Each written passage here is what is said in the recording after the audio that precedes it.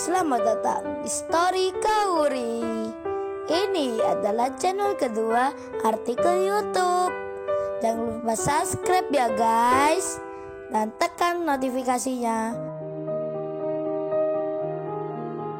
Kisah pemuda kaya, anak bos besar, pemilik 73 perusahaan, yang menjadi cleaning service. Episode 389. Kenshin, yang diminta oleh Pak Freddy untuk duduk di meja makan, menikmati buka puasa bersama putri dan istrinya. Kenshin pun bilang, "Saya makannya di luar saja Pak. Soalnya ini belum mandi." Namun Pak Freddy malah berdiri, sampai menarik tangan Kenshin. Pak Freddy itu bilang, "Sudah nggak apa, jangan malu-malu.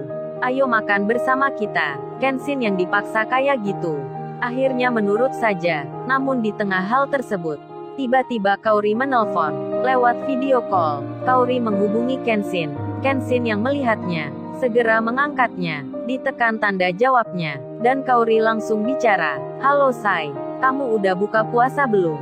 Kalau belum kita makan bersama ya. Loh kok Ayang masih pakai baju kerja nih? Kan ini udah malam." Kenshin lalu menjawab, "Tunggu dulu ya Kaori, ini lagi di rumah orang. Aku mau bicara sama yang punya." Lalu Kenshin bilang, "Maaf sebelumnya ya Pak Freddy. Ini istri saya lagi telepon. Dia minta buka bersama. Jadi maaf Pak Freddy. Saya makan di luar saja. Pakai video call sama istri. Soalnya nggak enak kalau di sini. Khawatir mengganggu." Kaori yang mendengar itu, jadi tersenyum di rumahnya. Begitu pula mama dan ayahnya, yang berada di sampingnya. Sekarang Kenshin sudah memanggil Kaori dengan sebutan istri, meski di tempat yang lain. Lalu terdengar suara Pak Freddy itu menjawab, "Ya nggak apa-apa mas, istrinya diajak buka bersama dengan kita. Kita ini kan nggak menolak." Namun Kenshin tetap bilang, "Nggak pas, saya di luar saja. Soalnya ada yang mau kita bicarakan." Kenshin tersenyum. Pak Freddy pun mengerti. Beliau mengizinkan. Kemudian Sabria dan mamanya itu melihat Kenshin keluar rumahnya. Kenshin yang jalan sambil membawa makanan. Ia duduk di kursi depan, sambil video call dengan Kaori. Tentu saja Kenshin hati-hati, agar dirinya tak diketahui. Kaori pun juga sama, ia sudah mengerti. Dan Pak Freddy yang di dalam. Ia bercerita ke istrinya, kasihan ma pemuda itu, meski kerjanya cleaning service, dia pandai bersyukur, tak mau yang berlebihan.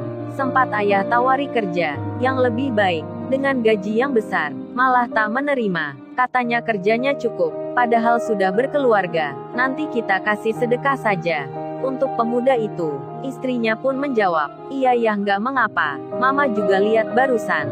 Sopan sekali anaknya." Sabria mendengar percakapan ayahnya, yang menyukai pemuda tersebut. Lalu Sabria berpikir sejenak, tentang masalah di waktu siang, yang pimpinan perusahaan merasa tak terima akan sikap ayahnya. Sabria pun khawatir, kalau di waktu esok nanti, ayahnya kena masalah, bahkan mungkin dipindah kerja.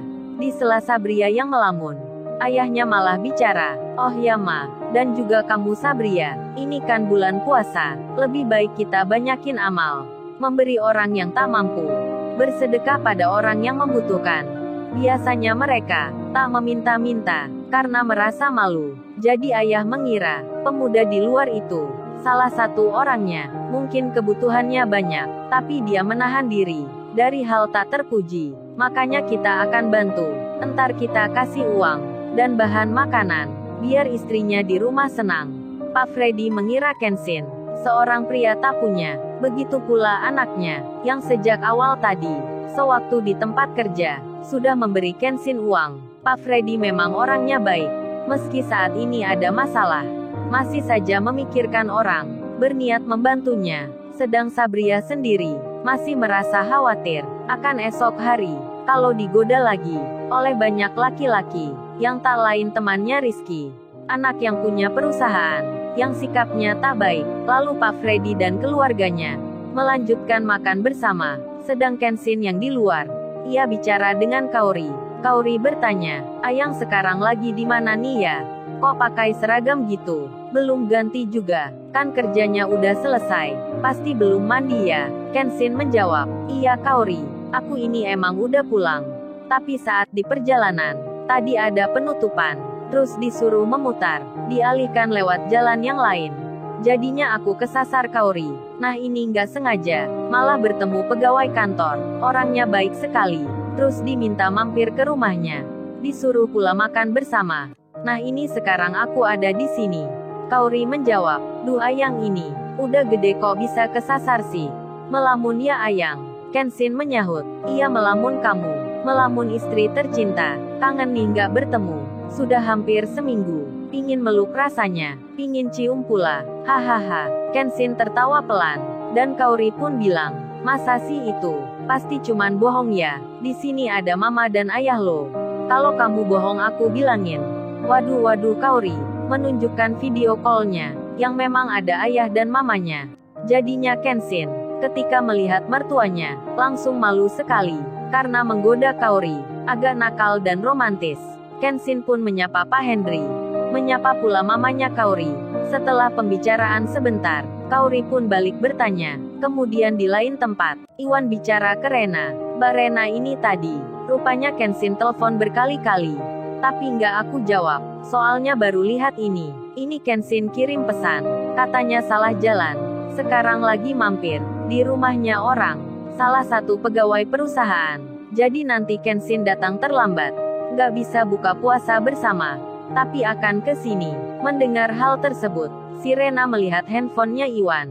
Membaca pesan itu. Kemudian ia bilang, kok bisa ya Mas Kenshin ini? Sampai salah jalan jauh begitu. Ya udah nggak apa, Mas Iwan makan dulu saja.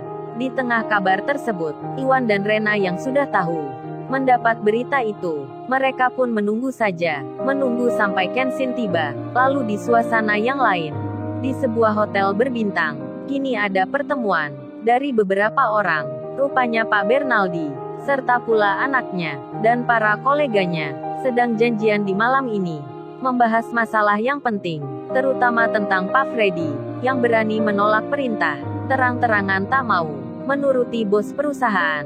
Oleh karena itu, salah satu orang di situ memberikan pendapatnya, untuk besok lebih baik saja, Pak Freddy kita bebas tugaskan dari jabatannya saat ini, kita cabut wewenangnya, kita batasi aksesnya, biar dia tak betah, lalu keluar kerja sendiri. Dan Rizky anaknya Pak Bernaldi, dia malah bicara, apa nggak sebaiknya saja, kita langsung pecat Pak Freddy itu, daripada pelan-pelan kayak gitu. Ayahnya pun menjawab, kalau kita yang memperhentikan, perusahaan bisa kena masalah, bisa kena denda. Pak Freddy itu sudah lama kerja di sini. Dia juga banyak berjasa. Kalau perusahaan yang memecat, artinya ada uang pensiun yang besar. Lain lagi kalau dia yang keluar sendiri. Pak Freddy harus bayar denda. Jadinya kita buat saja, biar dia nggak betah, agar keluar kerja sendiri. Waduh, habis manis sepah dibuang. Pak Freddy yang diakui banyak berjasa, malah kini akan disingkirkan. Dan rencana itu dibuat, tinggal dijalankan. Kenshin sendiri, setelah bicara dengan Kaori, saling bertanya dan melepas rindu. Kenshin yang sehabis makan, ia dipanggil Pak Freddy untuk segera masuk ke dalam. Dan tiba-tiba saja, Kenshin diberi amplop putih, diberi sekarung beras, diberi bahan pokok makanan. Tentu saja Kenshin terheran. Ia jadi bertanya, "Lo ini apa ya Pak Freddy? Kok saya dikasih banyak begini?" Pak Freddy pun menjawab, "Oh ini semua untuk Mas Kenshin. Sedekah dari kami sekeluarga, kan ini bulan puasa, jadi diterima saja ya." Mamanya Sabria pun berkata sama. Putrinya pun demikian. Kenshin tersenyum. Hanya baru kali ini, dikira orang tak punya. Sampai diberi sekarung beras dan banyak makanan. Kenshin pun menjawab, "Tapi Pak saya sudah cukup sekali. Terima kasih atas pemberiannya. Bukannya saya menolak, tapi motor saya nggak muat. Nggak kuat pula, kalau bawa barang seberat ini. Lagian istri saya tak di sini. Ada di rumahnya, di kota yang lain. Ini saya tinggal sendiri, menyewa kos rumah. Jadi ini nggak ada yang masak." Kenshin menjelaskan sambil tersenyum. Mendengar hal seperti itu, Pak Freddy dan keluarga pun mengerti. Mereka tak memaksa lagi, dan hanya bilang, "Kalau gitu uangnya ini, diterima saja, kan mudah di bawah. Siapa tahu dengan beramal ini, kami sekeluarga, terhindar dari bahaya, jauh dari musibah, bahkan bertambah rezeki. Ayo diterima saja Mas Kenshin." Ini nggak mengapa, Kenshin pun menerima, dan nanti Pak Freddy akan tahu bahwasannya ucapannya benar, karena orang yang akan menolongnya adalah pria di depannya, yang dikira tak punya. Ternyata tuan muda. Lalu, bagaimana kisah selanjutnya? Subscribe channel ini untuk episode berikutnya. Terima kasih. Jangan lupa ya guys, untuk kelanjutan ceritanya ada di channel Story Kauri. Jangan lupa subscribe ya guys, dan tekan notifikasinya